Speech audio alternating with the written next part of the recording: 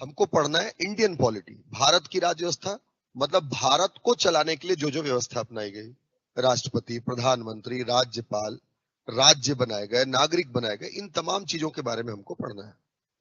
और जब भी किसी व्यवस्था को हमको संचालित करना होता है तो व्यवस्था के लिए हमको नियमों कानूनों की आवश्यकता पड़ती है। ठीक है, we need rules and regulations to govern polity, और इन्हीं नियमों कानूनों के संग्रह को हम संविधान कहते हैं। ठीक है, तो राष्ट्रपति राज्य व्यवस्था है, और राष्ट्रपति को जो करना है, जो उसके लिए नियम बनाए गए हैं, वो संविधान है। कल पढ़े थे हम लोग काफी डिटेल में। आज कॉन्सेप्ट के पार्ट को ही थोड़ा आगे बढ़ाते हैं और हम डील करते हैं कॉन्सेप्ट नंबर 2। ठीक है, कल फर्स्ट कॉन्सेप्ट में हमने देखा था कि आखिर पॉलिटी या कॉन्स्टिट्यूशन क्या होता है। ठीक, और आज सेकंड कॉन्सेप्ट में मैं आपको बताने जा रहा हूं कि आखिर संविधान कितने प्रकार का होता है। संविधान के प्रकार, टाइप्स ऑफ कॉन्स्टिट्यूशन, समझ रहे? संविधान कितने प्रकार का होगा, समझ रहे हो? हाँ ना तो बोला करो भाई, है? कुछ बोलते ही नहीं हो जी, शर्मा रहे हो क्या? है क्या रहता है? काहे की झिझक, है ना? कोई झिझक नहीं, तुम बिंदास बैठा करो मेरी क्लास में, है ना जी? झिझक इंसान के अंदर होना ही नहीं चाहिए। हेजिटेशन तो इंसान को पीछे लेकर के जाता है। मेरे लिए भी तो तुम लोग नए हो, मैं क्या झिझका है? तो फिर मैं क्या झिझका? अरे भाई ये लोग आ रहे हैं, मैं भी नहीं झिझका। तो देखिए, संविधान के प्रकार या टाइप्स ऑफ कॉन्स्टिट्यूशन। अच्छा, संविधान मैंने क्या बताया था आपको कल, कि जो नियमों कानूनों का संग्रह होता है उसको हम संविधान कहते हैं। ठीक है, the collection of rules and regulation is known as constitution. बहुत सारे नियमों कानूनों को हमने इकट्ठा किया, और जब नियमों कानूनों को हमने इकट्ठा किया तो जिस डॉक्यूमेंट में हमने इकट्ठा किया वो क्या बन जाएगा? संविधान बन जाएगा, बन जाएगा संविधान। अब उन नियमों कानूनों को हमने कैसे इकट्ठा किया है, how we have consolidated the rules and regulation, उन नियमों कानूनों को हमने कैसे इकट्ठा किया है, इस आधार पर संविधान जो है वो दो प्रकार के हो सकते हैं। या तो हम नियमों कानूनों को लिख करके इकट्ठा करेंगे, या हम नियमों कानूनों को बिना लिखे इकट्ठा करेंगे। भाई आप किसी चीज को संग्रहित करना चाहते हैं तो एक लिख कर कर सकते हैं कॉपी में, और एक बिना लिखे कर सकते हैं दिमाग में। उसी तरीके से अगर संविधान नियमों कानूनों का संग्रह है तो इन नियम इसे कैसे संग्रहित किया गया है, इस आधार पर इसको दो भागों में बांटा जाता है। या तो संविधान में जो नियम कानून है वो लिख करके संग्रहित किए जाएंगे, या जो नियम कानून है वो बिना लिखे संग्रहित किए जाएंगे। ठीक है ना? इधर the rules and regulation will be codified और नॉट, या तो लिख करके संग्रहित किए जाएंगे, नहीं लिख कर किए जाएंगे। अगर नियमों कानूनों का संग्रह लिख करके किया जा रहा है तब ऐसे संविधान को लिखित संविधान या रिटन कॉन्स्टिट्यूशन कहा जाता है। ठीक है, if the rules and regulations are codified then the constitution shall be treated as written constitution. अगर नियमों कानूनों को लिख करके रखा गया है तो संविधान क्या होगा? आपका लिखित संविधान कहलाएगा। और यदि नियमों कानूनों को बिना लिखे रखा गया है तो ऐसे संविधान को अलिखित संविधान, ठीक, या अनरिटन कॉन्स्टिट्यूशन कहा जाएगा। समझ रहे हैं? इसका मतलब यह है कि संविधान दो प्रकार के होते हैं, एक लिखित संविधान और दूसरा अलिखित संविधान। प्रश्न कभी पूछे कि संविधान कितने प्रकार के हो सकते हैं तो याद रखें दो ही प्रकार के संविधान हो सकते हैं, या तो लिखित संविधान होगा या अलिखित संविधान होगा, written constitution and unwritten constitution. लिखित संविधान कहने का मतलब क्या है? जहां पर सारे नियमों कानूनों को प्रावधानों को लिख करके रखा गया है वो लिखित संविधान है, और जहां पर नहीं लिखा गया है वो अलिखित संविधान। समझ में आया?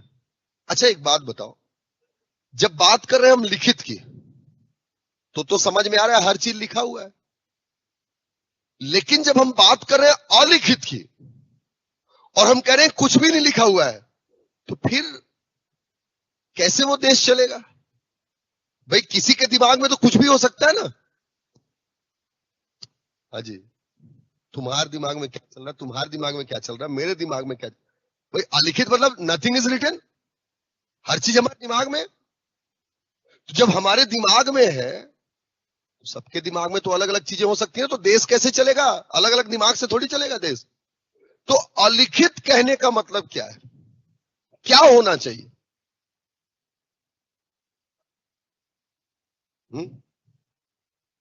कोई डॉक्यूमेंट? हाँ हाँ, तो नहीं होगा, दिमाग में होगा। अरे हट ससुरे, सॉफ्ट कॉपी में लिखा मतलब लिखित नहीं है ये। वाह वाह, अरे आज के युग के कोरोना के पास आउट।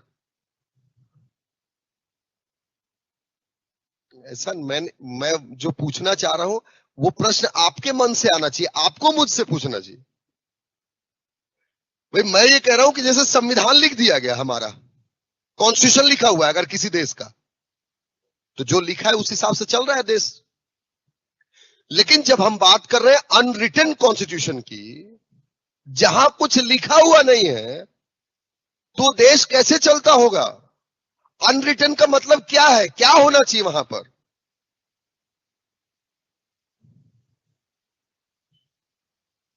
हुँ? नहीं पता। ये क्वेश्चन जो मैं रेज कर रहा हूं, वो आपके मन में आ रहा है कि नहीं आ रहा है? आ रहा है, तो पूछे क्यों नहीं? शर्मा रहे थे, झिझक रहे थे। एक बात समझो आप, अलिखित का मतलब है जो लिखा नहीं गया है। लिखित का मतलब जो लिखा नहीं गया है। और लिखा किसको नहीं जाएगा बताओ? किसको नहीं लिखेंगे? अरे जो याद रहेगा उसको नहीं लिखेंगे। अपना नाम भी लिखते रहते हो क्या? रटते हो क्या? याद है ना? है कौन सा? जो मम्मी पापा रखे हैं, जो कोई और रखा है? वो सब तो आजकल होता ही है सबका। तो मैं ये कह रहा हूं आपको कि अलिखित का मतलब ये जो लिखा नहीं गया। और लिखा किसको नहीं जाएगा? जो याद रहेगा। और हमें याद क्या रहता है? हमारी संस्कृति, हमारी परंपराएं, हमारे रीति रिवाज, न्यायपालिका के दिए गए निर्णय याद रहते हैं।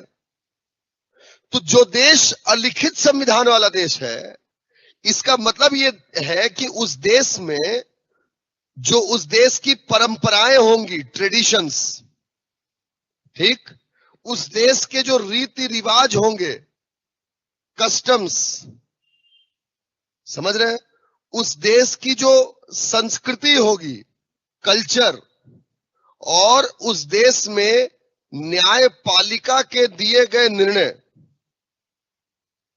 ठीक है, वर्डिक्ट्स ऑफ जुडिशरी ही क्या होंगे? संविधान का काम करेंगे। नहीं समझे? नहीं समझे?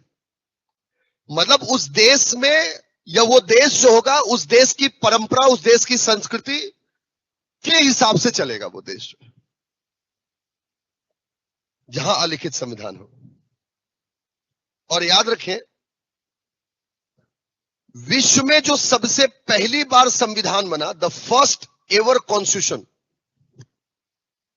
was made in 1688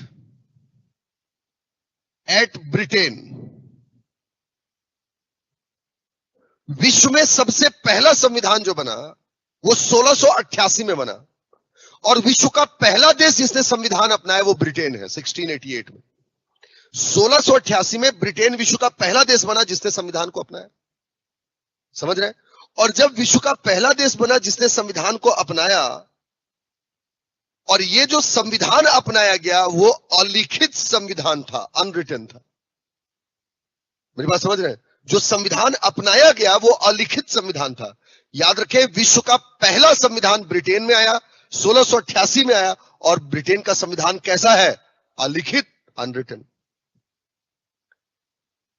आई मेरी बात समझ?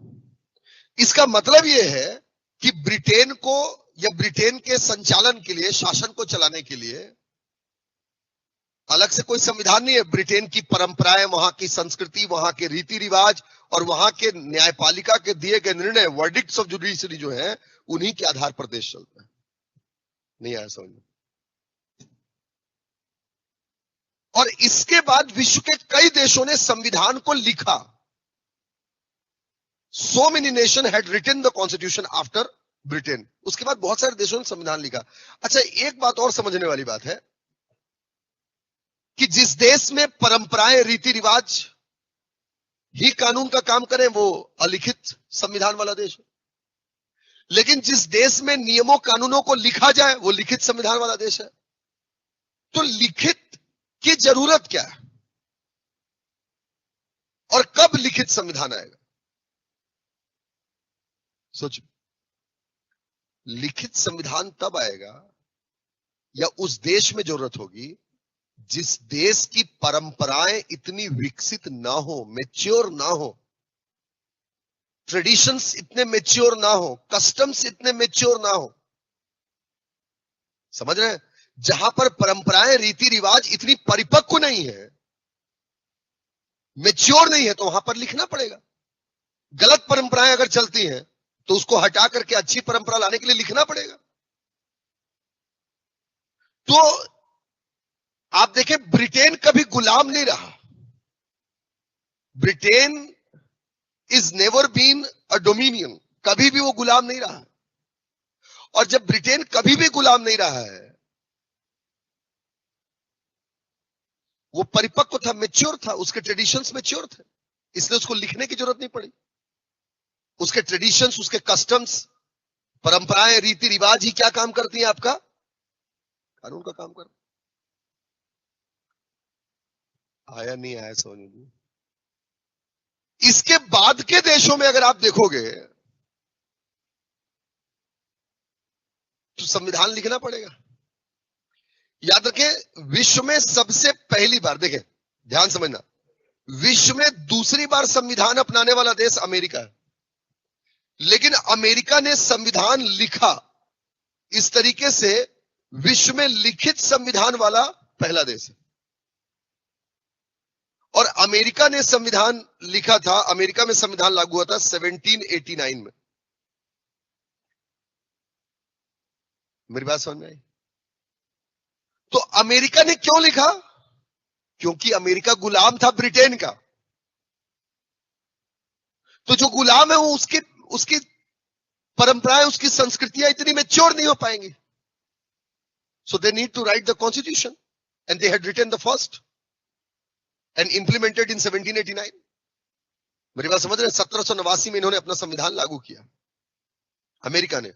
तो इस तरीके से विश्व का पहला संविधान ब्रिटेन में आया। लेकिन वो संविधान कैसा था? अलिखित था, इट वॉज अनरिटन। विश्व में दूसरी बार संविधान अमेरिका में आया और यह संविधान कैसा था? लिखित था। तो विश्व का पहला लिखित संविधान अमेरिका का। ठीक। इसके बाद भारत, इंडिया। याद रखें, हमको कुछ ज्यादा ही लिखने की आदत है भारतीयों को। तो भारत का संविधान भी कैसा है? लिखित है। India also belongs to the written constitution, but लिखते लिखते अपन कुछ ज्यादा ही लिख दिए। याद रखें, भारत का संविधान विश्व का सबसे बड़ा लिखित संविधान है, the largest written constitution over the globe. विश्व का सबसे बड़ा लिखित संविधान भारत का संविधान। आया समझ में? अब यहां पर ना एक चीज समझने वाली बात है कि ब्रिटेन में चोर है इसलिए उसने कुछ नहीं लिखा। नहीं लिखा ना उसने। जिसने लिखा, कहीं ना कहीं उनकी परंपराएं, संस्कृतियां इतनी मैच्योर नहीं थी कि डायरेक्ट उससे देश चलाया जा सके, इसलिए लिखा। हमारी भी परंपराएं, संस्कृतियां इतनी मैच्योर नहीं थी कि हम डायरेक्ट उसको इंप्लीमेंट कर सके। बहुत सारे मैल ट्रेडिशंस जो थे, मैल कस्टम्स जो थे हमारे देश में प्रचलित थे, कुप्रथाएं, सती प्रथा, ठगी प्रथा, नरबली प्रथा, ये सब चीजें थी ना। पढ़े हो, सुने हो, मतलब सुने हो, पढ़े कहां से हो गए? ठीक है, मजाक कर रहा था सब 12वीं। तो मैं ये कह रहा हूं आपको कि इस तरीके से हम भी क्या थे? गुलाम थे। तो ब्रिटेन की परंपराएं परिपक्व थी, हमारी परिपक्व नहीं थी, तो हमको भी लिखने की जरूरत पड़ी। समझोगे नहीं? तो ब्रिटेन की परंपराएं परिपक्व कैसे थी? एक एग्जांपल समझो ना। जैसे ब्रिटेन में, वहां का ट्रेडिशन कहता है, परंपरा ये कहती है, if two people are adult they can marry. अगर दो लोग 18 वर्ष से ऊपर की हैं वो विवाह कर सकते हैं, ये उनकी परंपरा कहती है। अच्छा, उसमें यह भी नहीं कहा गया है कि महिला पुरुष को ही करना है, कोई भी कर सकता है, महिला महिला पुरुष पुरुष महिला पुरुष कोई भी शादी करे, इतना मैच्योर ट्रेडिशन है।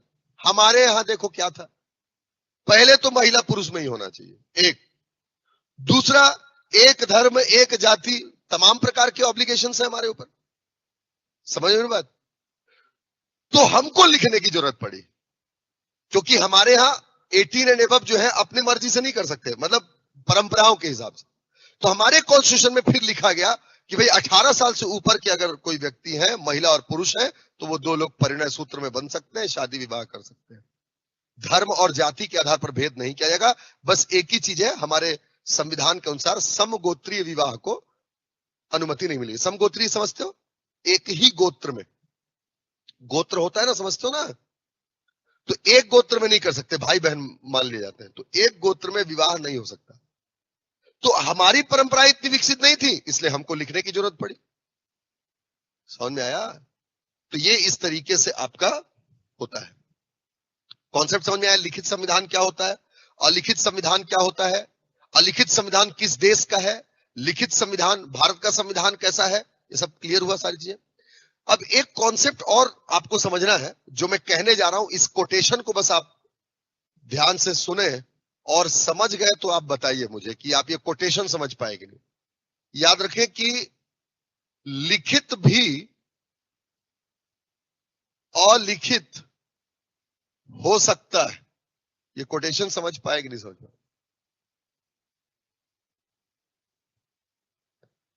रिटन कैन ऑल्सो बी और अनरिटन। लिखित भी अलिखित हो सकता है। Technically written material can also be considered as unwritten. लिखी हुई चीज को भी अलिखित माना जा सकता है, मतलब जो आपने लिख के रखा है उसको भी अलिखित माना जा सकता है। ये लाइन समझ में आई कि नहीं? क्या लाइन समझ में आई? मैं इसके अंदर का नहीं पूछ रहा हूं, लाइन समझ में आई? यस बोल रहे हो कि ना बोल रहे हो? ससुरे यस ऐसे नहीं होता है, यस ऐसे होता है। मुंडी हिलाना सीखो पहले ठीक से। हाँ, कोई सामने वाला कुछ बोला तुम्हारे सामने, तुम मुंडी ऐसे हिला रहे हो, वो तो ना समझ करके चल देगा दूर। मुंडी हाँ में ऐसे, ना में ऐसे, ठीक है, वो भी सिखाना पड़ेगा। तो मैं ये कह रहा हूं, सही बात है ना भाई? हाँ, देखो हाँ में ऐसे है ना, हाँ बोल रहा मुंडी ऐसे से हिला, मतलब जहां है उधर ही हिला लो, ऐसा ठीक, तो सीधा। तो मेरा कहने का मतलब यह है कि written can also be unwritten, मतलब हर जो लिखी हुई चीज है उसको भी अलिखित माना जा सकता है। कैसे? कब? आप कॉपी में लिख रहे हो, उसको आप लिख रहे हो, आपकी नजर में वो लिखा हुआ है, लेकिन टेक्निकली उसको भी बिना लिखा हुआ माना जा सकता है। कब? कोई चीज लिखित कब ट्रीट होगा और अलिखित कब ट्रीट होगा? आप देखें, लिखित ट्रीट होने के लिए दो बातें जरूरी है। एक तो पहली बात लिखा जाए, और दूसरा क्रमबद्ध लिखा जाए, सीक्वेंस में लिखा जाए। जो आपने लिखा है वो सीक्वेंस में रहे। मेरी बात समझ में? लेकिन अगर कोई चीज लिखा है लेकिन क्रमबद्ध नहीं है, तो ऐसी लिखी हुई चीज को भी अलिखित माना जा सकता है। अभी समझे? If you are writing something and that written thing is not in sequence, it will be treated as unwritten. अगर आप कोई चीज लिख रहे हैं और वो लिख तो रहे लेकिन वो एक सीक्वेंस में नहीं है, तो लिखी हुई चीज भी क्या ट्रीट होगी? अलिखित ट्रीट। तो अलिखित संविधान जब आप किसी देश का सुनते हैं तो इसका मतलब ये नहीं कि वो केवल दिमाग में ही है, इसका मतलब ये है कि वो लिखा तो है बट सीक्वेंस में नहीं है। और जब आप लिखा हुआ देखते हैं तो इसका मतलब वो लिखा हुआ भी है और वो एक सीक्वेंस में भी है। जैसे आप भारत के कॉन्स्टिट्यूशन को देखेंगे, इंडिया का कॉन्स्टिट्यूशन रिटन कॉन्स्टिट्यूशन है। क्यों? क्योंकि लिखा भी है और सीक्वेंस में भी है ना। भाग 1 है, भाग 2 है, 22 भाग है। पार्ट 1 के बाद पार्ट 2 आता है, पार्ट 2 के बाद 3 आता है, 4 आता है, 5 आता है, 6 आता है, सब सीक्वेंस में अरेंज्ड है, इसलिए रिटन है। ब्रिटेन का अनरिटन है मतलब लिखा हुआ होगा बट सीक्वेंस में कुछ भी नहीं। समझ में आया? ये आपका इस तरीके से होता है संविधान के प्रकार। क्लियर हुआ? तो ये आपका संविधान 2 प्रकार के होते हैं। एग्जामिनेशन पॉइंट ऑफ व्यू से बहुत इंपॉर्टेंट है, हर टॉपिक को लिखने के बाद नीचे में उसका एग्जामिनेशन पॉइंट ऑफ व्यू भी जानना चाहिए। देखिए, सबसे पहली बात, इस टॉपिक से क्या क्या क्वेश्चन बनते हैं और आ चुके हैं अभी तक। सबसे पहला प्रश्न तो यही बनता है कि संविधान कितने प्रकार के होते हैं, तो लिखित और अलिखित, ठीक है, रिटन एंड अनरिटन। विश्व का पहला संविधान किस देश का था? ब्रिटेन का। विश्व में पहली बार संविधान कब आया? 1688 में। और विश्व का पहला संविधान कैसा था? अलिखित। विश्व का पहला लिखित संविधान किस देश का है? अमेरिका। कब आया था? 1789, 1789। आई मेरी बात समझ में? ये इतने क्वेश्चंस जो है यहां से आ सकते हैं। नोट नहीं कर रहे बेटा? ठीक, देखिए अब हम चलते हैं आपका कॉन्सेप्ट नंबर 3 की ओर। ठीक है, थर्ड कॉन्सेप्ट देखते हैं। देखिए कॉन्सेप्ट नंबर 3 क्या कहता है। अभी कॉन्सेप्ट 1 में हमने क्या जाना कि कॉन्स्टिट्यूशन या पॉलिटी की मीनिंग क्या होती है। कॉन्सेप्ट नंबर 2 में हमने क्या जाना कि टाइप्स ऑफ कॉन्स्टिट्यूशन, कॉन्स्टिट्यूशन कितने प्रकार के होते हैं। और कॉन्सेप्ट नंबर 3 में मैं आपको बताने जा रहा हूं parts of constitution, organs of constitution, है ना, इसको कहेंगे संविधान या शासन के अंग। ठीक है ना, संविधान या शासन के अंग का मतलब क्या होता है, इसको हम जानने जा रहे हैं। संविधान के अंग, ऑर्गन्स ऑफ कॉन्स्टिट्यूशन, ठीक है ना, और ऑर्गन्स ऑफ एडमिनिस्ट्रेशन, दोनों एक ही चीज है। संविधान से ही तो शासन किया जाता है किसी भी देश में, ठीक है। तो संविधान के अंग कहने का मतलब या शासन के अंग कहने का मतलब एक ही है ना। इंग्लिश में कहेंगे इसको ऑर्गन्स ऑफ कॉन्स्टिट्यूशन और ऑर्गन्स ऑफ एडमिनिस्ट्रेशन। अच्छा, संविधान के अंग कहने का मतलब क्या होता है और ये कितने प्रकार के होते हैं? आप एक बात समझिए, जैसे हम संविधान की बात करें और संविधान के अंग की बात करें, तो संविधान तो नियमों कानूनों का संग्रह है। तो अंग का मतलब क्या होता है पहले, फिर हम संविधान के अंग पर आएंगे। आप देखिए, we have the various parts of body, हमारे भी शरीर के अलग अलग हिस्से हैं और इन अलग अलग हिस्सों को हम शरीर के अंग कहते हैं। क्यों कहते हैं? Because every parts of body performs the specific functions. शरीर के अलग अलग भाग हैं, उन शरीर के अलग अलग भागों को हम शरीर के अंग कहते हैं। क्यों? क्योंकि वो शरीर के भाग शरीर के विशेष कार्यों को करते हैं। हर भाग का अपना एक काम है। That is why the parts of body considered as organs of body, इसलिए हम उनको शरीर के अंग कहते हैं। तो जो शरीर का काम करे वो शरीर के अंग, उसी तरीके से जो संविधान का काम करे वो संविधान के अंग कहलाए।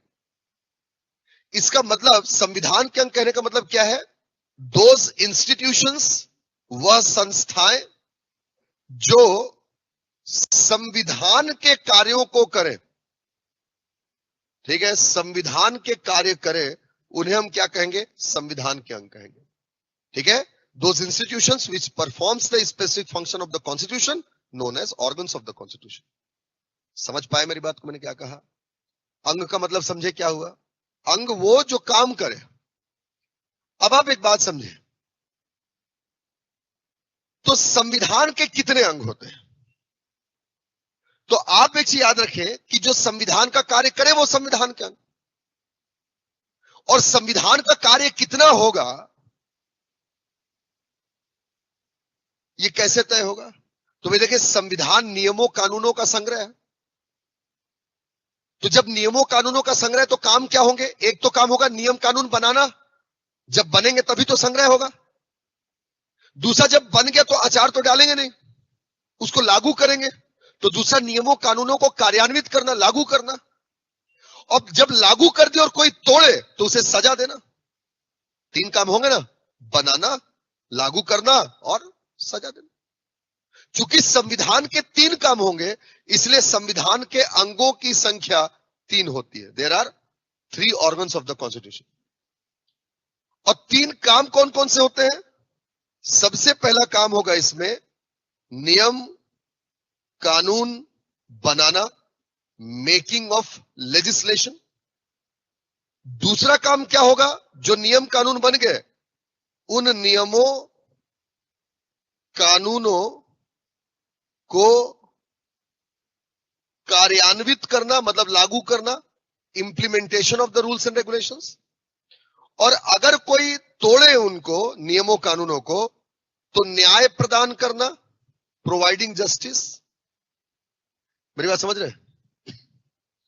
नियम कानून बनाना, नियमों कानूनों को कार्यान्वित करना और न्याय प्रदान करना। तो नियम कानून बनाना एक काम, नियमों कानूनों को कार्यान्वित करना दूसरा काम, और न्याय प्रदान करना, प्रोवाइडिंग जस्टिस। तो 3 काम। इसलिए अंग कितने होंगे? 3। तो संविधान के अंग कितने होते हैं, शासन के अंग कितने होते हैं? तो 3 अंग होते हैं। कौन कौन से? तो याद रखिए, एक अंग वो जो नियम कानून बनाए। नियम कानून को शुद्ध हिंदी में विधान बोलते हैं, विधान। अरे विधि का विधान होगा तो ऐसा होगा बेटे, से घर वाले बोलते होंगे, है? सुने हो? तो नियमों कानूनों क्या बोलते? विधान बोलते हैं। तो नियम कानून बनाना मतलब विधान बनाना। जो विधान बनाए उसको कहते हैं विधायिका। इसलिए संविधान का एक अंग होती है विधायिका। इंग्लिश में इसे कहते हैं लेजिस्लेटिव। ठीक है? इसका मतलब जो कानून बनाने वाली संस्था होती है उसे विधायिका कहा जाता है। प्रश्न पूछता है एग्जाम में, the legislative is responsible for what? For making of legislation. विधायिका क्या है? जो नियम कानून बनाए वो विधायिका। ठीक? अब विधायिका ने कानून बना दिया, इसको जो लागू करेंगे, देखें, इसको जो लागू करेंगे, कार्यान्वित करना मतलब लागू करना, इसको जो कार्यान्वित करे उसे कहेंगे हम कार्यपालिका। ठीक है ना? कार्यपालिका या एग्जीक्यूटिव। ठीक है? नियमों कानूनों को लागू करना कार्यपालिका का काम है, एग्जीक्यूटिव। और जो न्याय प्रदान करे उसको क्या कहेंगे? न्यायपालिका या जुडिशरी। तो संविधान के 3 अंग होते हैं, विधायिका, कार्यपालिका और न्यायपालिका। Legislative, executive and judiciary. ठीक है ना? Legislative, executive and judiciary are the 3 organs of the constitution. तो अगर आपसे पूछे संविधान के अंगों की संख्या कितनी है, तो 3। संविधान के अंग कौन कौन से हैं? तो विधायिका, कार्यपालिका और न्यायपालिका। विधायिका काम क्या होता है? नियम कानून बनाना। कार्यपालिका काम क्या होता है? उन नियमों कानूनों को लागू करना। और न्यायपालिका काम क्या होता है? न्याय प्रदान करना। अब देखो बेटा, यहां ये समझे ना विधायिका वगैरह। जैसे मान लो कि घर में मम्मी है, पापा है। ठीक है? तो मम्मी ने नियम बना दिया, सुनो जी, शाम को जब ड्यूटी से आते हो तो एक काम करना, सब्जी भाजी लेते हुए आना उधर से। तो मम्मी ने नियम बनाया, मम्मी विधायिका। अब बेचारे पापा डेली आ रहे हैं, झोला पकड़े सब्जी लिए आ रहे हैं, भाई पालन कर रहे हैं उसका, वो हो गए कार्यपालिका। लेकिन मम्मी पापा में झगड़ा हो जाए तो दादा दादी आएंगे, हैं? अरे क्या कर दी है मेरे बेटे को, दुबला कर दी है, हैं? पहले मेरा बेटा ऐसे हुआ करता था, अब ऐसे हो गया, सुखाड़ डाली है मेरे बेटे को। तो जो न्याय करे न्यायपालिका, जुडिशरी। तो विधायिका, कार्यपालिका, न्यायपालिका ऐसे होता है। समझ में आया? अब देखो, जैसे हमारे देश में अगर कानून बनाने की बात करें तो एक कानून बनता है पूरे देश के लिए, एक ऐसा कानून बनता है जो पूरे देश में चलेगा, और एक कानून बनता है राज्य स्तर के लिए, मतलब हर राज्य के लिए। छत्तीसगढ़ राज्य के लिए अलग कानून बनेगा, है ना? मध्य प्रदेश अपना कानून बनाएगा, उत्तर प्रदेश अपना कानून बनाएगा। तो एक कानून बनता है आपका पूरे देश के लिए। पूरे देश के लिए जो कानून बनाए उसको कहते हैं केंद्रीय विधायिका। जो पूरे देश के लिए कानून बनाए उसको केंद्रीय विधायिका कहेंगे, और केंद्रीय विधायिका का नाम है संसद। पूरे देश के लिए जो कानून बनाती है उसको केंद्रीय विधायिका, सेंट्रल लेजिस्लेचर बोलते हैं।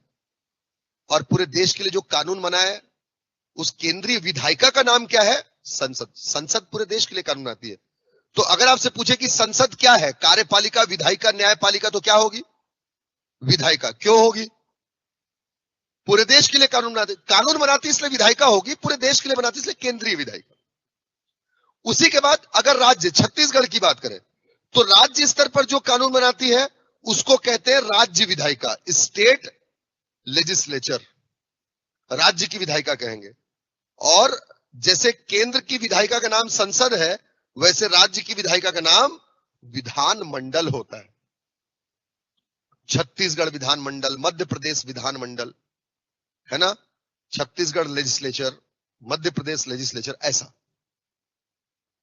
तो विधानमंडल क्यों बोल रहा हूं? जैसे संसद बोलो तो संसद में लोकसभा राज्यसभा होती है ना, वैसे विधानमंडल कहने का मतलब विधानसभा और विधान परिषद। कुछ राज्यों में विधान परिषद भी होती है। आगे पढ़ेंगे सब चीज। समझ में आ रहा है कि नहीं आ रहा जी?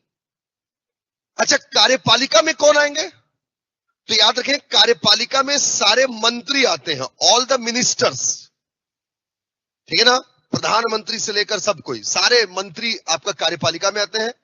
ठीक, जितने भी आपका सरकारी संस्थाएं हैं और जितने भी आपका सरकारी अधिकारी कर्मचारी आप देख रहे हैं, all the government officers are part of executive, क्योंकि वो कानून बनाते नहीं है, जो संसद ने बनाया उसको लागू करते हैं। भाई कल को आप डीएसपी बनोगे तो आप क्या करो, कानून बनाओगे थोड़ी, जो राज्य की विधानमंडल ने, संसद ने बना दिया उसको आप लागू करोगे। तो सारे मंत्री किसका हिस्सा होते हैं? कार्यपालिका का। मंत्री कानून नहीं बनाते, मंत्री लागू करते हैं, कानून सांसद बनाते हैं। समझिए। और न्यायपालिका में क्या आ जाएंगे आपका? कोर्ट, आपने सुना होगा, supreme court, high court, district court, ऐसा सुना होगा। All this courts comes under the judiciary. आई मेरे पास 1, 2, 3 अंग, और 3 के बाद चौथा आता है, इसको बोलते हैं स्तंभ। देखो, विधायिका, कार्यपालिका और न्यायपालिका के बाद चौथे स्थान पर आता है संविधान का चौथा स्तंभ। स्तंभ किसको कहेंगे? पिलर किसको कहेंगे?